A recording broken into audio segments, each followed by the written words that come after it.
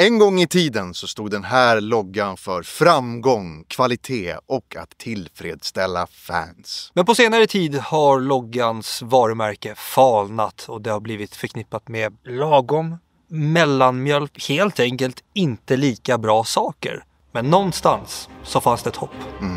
En glimt av ljus. Ja. Och det namnet var Marvel Jesus.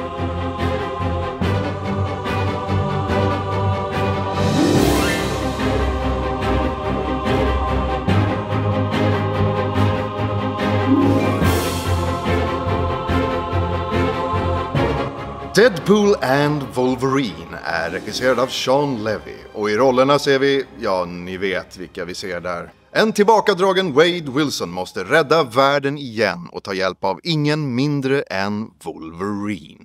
När Disney en gång i tiden köpte upp Fox så undrade väldigt många så här, men Disney är ju ett så här fint varumärke, det ska inte vara några fula saker, inga fula svordomar och sånt och framförallt inte liksom skämt om bollar och mycket blod på duken. Så man undrar liksom, vad ska Deadpool ta vägen nu när de har köpt upp dem? Men Deadpool hamnade ju i Walt Disneys famn och de tillät filmskaparna här göra det de ville. Och det de brukar göra. Ja.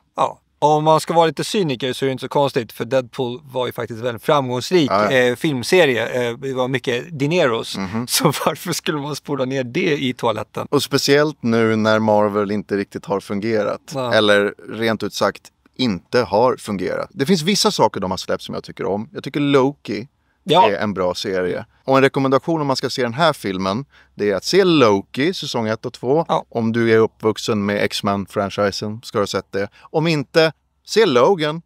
Det är en jävligt bra film. Jag är glad att jag har sett det. Ja. Det är så mycket jag inte vill. Jag vill inte titta om X-Men-franchisen. Jag vet att du är ett mycket större fan av X-Men än vad jag är. Jag har liksom inte riktigt den kopplingen. Det enda jag liksom verkligen tycker om med X-Men är Logan. Och det är ju inte så konstigt egentligen. Logan är den absolut bästa X-Men-filmen som har gjorts hittills. Men jag är absolut ett stort fan av de gamla X-Men-filmerna. De som liksom Ian McKellen var med i och Patrick Stewart. Jag älskade de filmerna och för mig var det så här, mina favoritserietidningar kom till liv. Även om det inte var gul spandex och sådana saker så var det ändå typ det bästa jag kunde få på den tiden. Och det är ju därifrån Hugh Jackmans väg startades. Ja. Han blev ju en jättestor stjärna från att ha spelat Wolverine. En australienare som är längre än vad jag är, som spelar en person som egentligen ska vara typ nästintill liten. Men det funkade. Ja. Men efter Endgame och efter Spider-Man No Way Home, nu förväntar sig fansen väldigt, väldigt mycket. Speciellt massa cameos och roligheter. Och man vet att Deadpool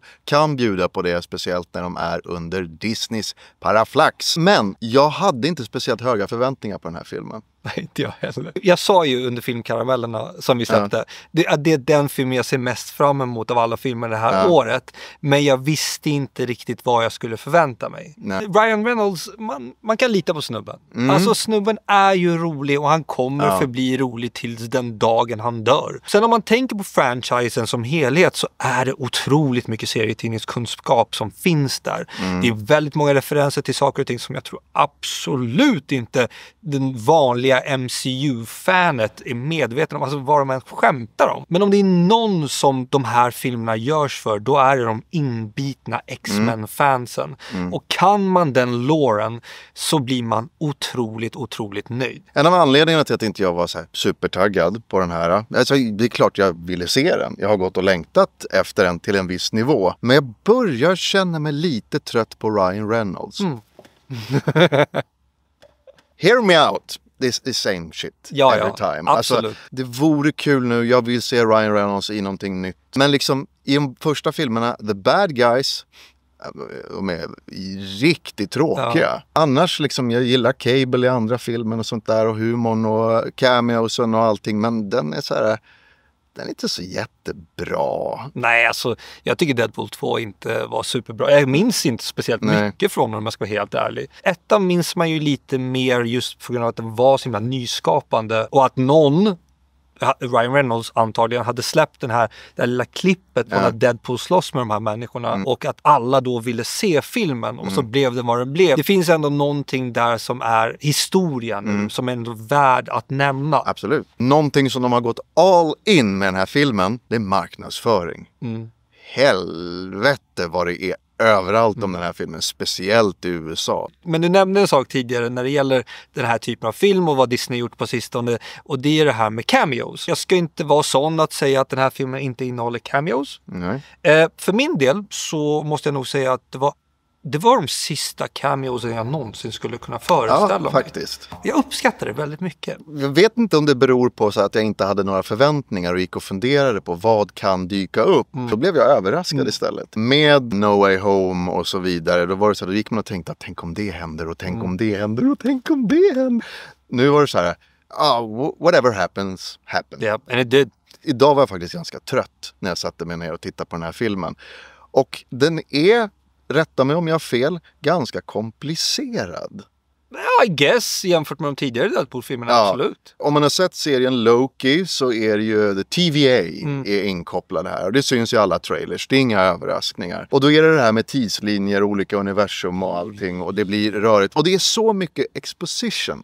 Alltså att de berättar vad är det som kommer att hända i filmen framöver. Liksom och så här. Samtidigt som Deadpool eller någon annan bara kläcker ur sig roliga liksom, inlägg hela tiden. Och jag bara kände mig som jag satt, du vet, mitt i ett klassrum. När typ läraren står och pratar och någon, du vet, kastar sudd och någon gör det. Och jag kände mig lite så här, vänta nu, okej, alltså det är kul med skämten. Men jag vill veta liksom what stakes it is. Ja, jag fattar. Så jag kände mig nästan lite så här, fan okej, jag är trött. Det kanske är mycket det, men det var lite rörigt. Det finns en stake som är viktig. Ja. Det är den viktigaste staken. Ja. Förstår man den så är det lugnt. Ja. För att egentligen, varför vill man gå och se den? Nej, men alltså, det är ju för de här två herrarna. Ja, absolut. Och de träffas. Ja. Och det är ju inte kärlek för första ögonkastet. Nej, tyvärr. de här två herrarna gör det som de här två herrarna ska göra. Det är de gör bäst. Om jag säger så här att jag såg fram emot den här filmen mest av alla filmer i år. När jag sa det så var det ju liksom, ja men fan om jag nu ändå ska välja någon, då väljer jag den här. Men nu när jag sett det, jag tyckte den var helt fenomenal. Jag tyckte den var underbar. Den är för mig absolut bättre än ettan och tvåan. Det finns så mycket mer i verktygslådan här att leka med. Och liksom de har Disneys cash. Så att liksom, man kan plocka in vad som helst. Och det gör de faktiskt i den här filmen. Och så måste jag tillägga också att jag har faktiskt inte hört Sebbe skratta så här mycket som jag gjorde på den här filmen. Du skrattade väldigt mycket, Sebbe. Jag skrattade för att jag tyckte det här var faktiskt en väldigt rolig film. Men helt ärligt så vet jag inte om den var bra. Båda de första filmerna har saker som jag faktiskt tycker om rent filmiskt, berättande. Det jag tycker de har lyckats med är, liksom, det är 2 timmar av galenskap och det är kul och det är underhållning och allting. Och det finns känslor där, roliga karaktärer och allting. Jag tycker ju om det att titta. Ja. Jag säger inte att du säger att det är en dålig film. Nej. Men om man nu skulle se på det på ett sånt sätt, då kan man väl säga så här, Wolverine som karaktär var inte speciellt utvecklad. Nej. Han var väldigt endimensionell. Det var inte så här Wolverines djup man brukar se med Charles Xavier eller Jean Grey och sådana saker. Så på den fronten så fanns det inte så mycket att hämta, utan det var liksom Hugh Jackman, antagligen hans sista gång han gör den här jävla rollen. Och det är Wolverine, det är klor, det är blod. Ja. Och på tal om action, det var rätt mycket action. Alltså det finns vissa scener i den här filmen som är... Jag ska inte säga att jag inte sett det förut. Det är klart, de tidigare Deadpool-filmerna har ju sett sånt här. Men det är så kreativt med musiken och hur kameran rör sig. Och... Jag kan säga så här. Det här är en absolut rekommendation till om du älskar superhjältefilmer och du älskar Deadpool och hela det där tjofadelittan Lambo. Men alltså... Annars skulle du inte kolla på den. Nej, men liksom, varför skulle du bara... Nej, men jag vill nog se 3:e Deadpool-filmen. Jag hoppar in nu. Exakt. Och det är så här... Det här är inte bara 3:e Deadpool-filmen. Det är 3:e filmen som Sean Levy och Ryan Reynolds jobbar på tillsammans. Med filmen Free Guy. Det var liksom någonstans där som jag började känna nu, vet jag i efterhand. Så här, jag börjar bli lite trött på Ryan Reynolds. Återigen, sorry. Och det var kanske med den filmen som jag kände, jag har inte lika mycket förhoppningar på den. Nej. Och jag är inte ledsen för det heller. Det är inte så att jag går och tänker, gud, nu är jag trött på Ryan. Alltså, så här, om andra människor blir tillfredsställda av det här, då är det helt fantastiskt. Ja, gud ja. Men med den här filmen så tror jag inte heller handlar om att liksom få nya fans. Det handlar om att ta tillbaka de gamla fansen. Ja. De som pröjsade så att Avengers Endgame kunde tjäna över $2 miljarder världen över. Jag menar, på sistone så har det inte sett ut så i Disneys kassa. Nej. Jag tror, helt ärligt, att den här filmen i alla fall kommer tjäna mer än $1 miljard. Jag tror att den kommer knäcka den spärren för att folk har längtat efter någonting som är bra nog att gå på flera gånger på bio. Och jag tror att det här är den filmen. Det är många filmer nu där det inte har varit så. Nej. Och i ärlighetens namn, alltså den här filmen avgör ju inte MCUs framtid på något sätt. Det är verkligen Deadpools egna värld på något sätt. Men jag måste ändå säga att jag fortsatt ser fram emot Fantastic Four och X-Men när de kommer till MCU. Och tills dess så får ni väldigt gärna trycka på prenumerera på vår kanal. Och tack för att ni tittade. Vi ser fram emot att snacka mer film med er framöver.